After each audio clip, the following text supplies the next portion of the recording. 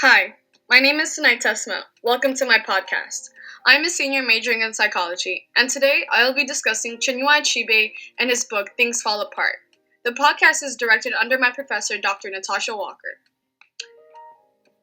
In the biography of Chinua Achebe, it states he was born in the Igbo town of Ogidi in eastern Nigeria in 1930.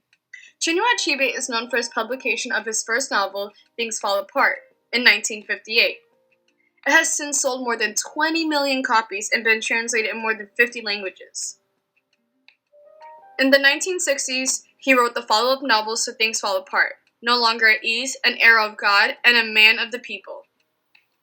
In 1967, Chinua Achebe's co-founder of the Sidle Press, Ogibu, was killed shortly after in the Nigerian Civil War, and this encouraged Achebe to tour the United States and give lectures at universities to raise awareness of the conflicts going on back home. The year 1987, Chinua Achebe released Anthills of the Savannah, that was nominated for the Booker McConnell Prize in the 1990s. Soon after, he was in a car accident in Nigeria that left him paralyzed and in a wheelchair. Afterwards, he moved to the United States and taught at Bard College. In 2009, Achebe left to join Brown University to become a professor of Africana Studies. Chinua Achebe won several awards over the course of his career, including the Man Booker International Prize and the Dorothy and Lillian Gish Prize. Additionally, he received honorary degrees from more than 30 universities around the world. Chinua Achebe died on March 21, 2013 at the age of 82.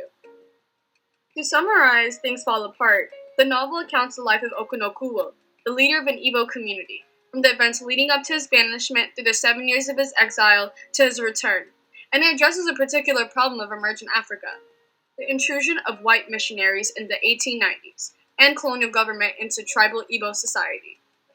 The novel describes the instantaneous disintegration of its protagonist, Okunokuwo, and of his village. The themes are found important in the text that I would like to analyze and connect to contemporary experience are gender roles, fear, religion, and language. Much of traditional Igbo life presented in the novel centers around the structure of gender roles. In Igbo culture, women are the weaker sex. The role for women is, first, make a pure bride for an honorable man, second, to be a submissive wife, and third, to bear as many children. For men, the ideal man provides for his family materially and is skilled on the battlefield. The protagonist in the novel is extremely concerned with being hypermasculine and he values everything feminine. These themes are pertinent even in our contemporary lifestyle.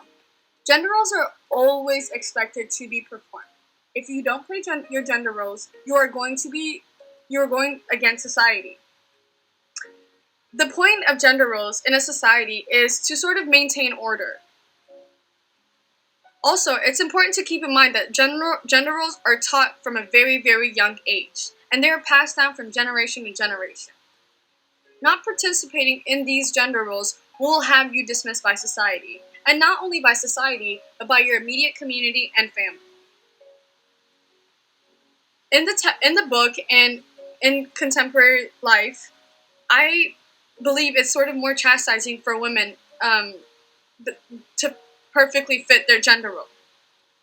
For instance, in today's society, we are of course pushing these definitions for gender expectations, but we still sort of receive backlash when we do that. Interestingly enough, for women today, they're sort of expected to play both roles. They're expected to bear children, be a submissive wife, but they're also expected to work, make money, and contribute to providing for the family materially. As far as fear, many of the characters suffer from fear of some sort. For instance, Okunokuwo fears becoming like his lazy, shameful father. Ekewefie fears losing her daughter, and Nuwie fears his father's wrath. While most characters fear events that are outside of their control, Okunokuwo is consumed by a terrible internal worry about himself and his identity. Instead of mastering his fear, he allows it to dominate him and drive his actions. Fear leads him to lash out in some pretty nasty ways. For instance, like beating his wife, abusing and alienating his oldest son, partaking in the murder of his adopted son, and more. Overall, fear in this novel leads characters to behave in very negative ways that can bring wrath of the gods, guilt, and community disapproval upon them, and generally make life chaotic. Fear is a natural and universal emotional experience. You can't let it control you, and it's imperative to deal with it in the most positive, appropriate way. You have to be able to conquer your fears. If we look at our society today, we can see that fear motivates so many irrational actions. When we look at black and brown victims that have been unjustly targeted, we countless see that again and again and again that their perpetrators let irrational fear sort of dictate their actions. And it's scary because fear can lead to life-changing decisions. As far as the theme of religion and sin, the Igbo gods are mostly manifestations of nature and its elements, which generally makes sense because they are an agricultural society that relies on regularity of seasons and natural phenomena to survive. They worship the goddess of the earth and are always careful to avoid committing any type of sin against her for fear of punishment. For fear of punishment, and that can range between fines, exile, death, or anything in between that. In things fall apart, sin is defined as crime against the gods. Such disobediences happen when individuals insult an ancestor's spirit's wishes. These sins call for quick and severe punishment. If punishment is not carried out, not only is the sinner sort of subjected to some sort of wrath, but the entire community suffers. Every religion has a way of life, and most religions sort of create rules to abide by, and if they don't sort of abide by these rules, they will be deemed as sinful. And of course, there are going to be consequences for these sins. The consequences both are internal and external.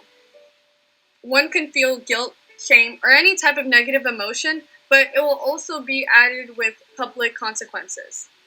The point in religion is to maintain order and peace amongst a group of people. For example, in Christianity, there are the Ten Commandments that believers of God are expected to follow. And if they don't follow these things, they are deemed as sinful and their life will be hard. In the theme of language, speech is highly regarded in the Igbo community, with specific rules on how to address a neighbor, a superior, and ancestral spirit, and even the gods. Dialogue is usually direct in its meaning, but speakers often use like proverbs or references to folktales in their conversations. This plays a profound role in shaping Igbo beliefs. Also in the book, the Christian missionaries speak English and require an interpreter to communicate with the Umuofia. However, interpreters are often from different parts of the country and have noticeable distinct differences in their speech. So certain concepts and connotations are inevitably lost in translation. Language is a way of communication. It shows importance and values of that community. And for an example of today, Eskimo people have over 50 words for the word to describe snow because it's an integral part of their community, and it's an integral part of their community and a way of life. The language that we use often sort of like details what customs and values are important depending on each environment. Just like they have proverbs and folktales in the book, in American society, there are figures of speech and different rhetoric to make communicating more appealing. In my personal experience, I am from Ethiopia, and I know being fluent in both Amharic and English, when I try to translate things over, like meanings of words and phrases get lost in translation. Another example of how important languages is in my culture is when we address certain people, we use plural pronouns as honorifics for our elders and those that we respect, instead of referring to them as he or she. I hope you enjoyed my analysis of the themes of the text and my connection to contemporary experience. Thank you for listening.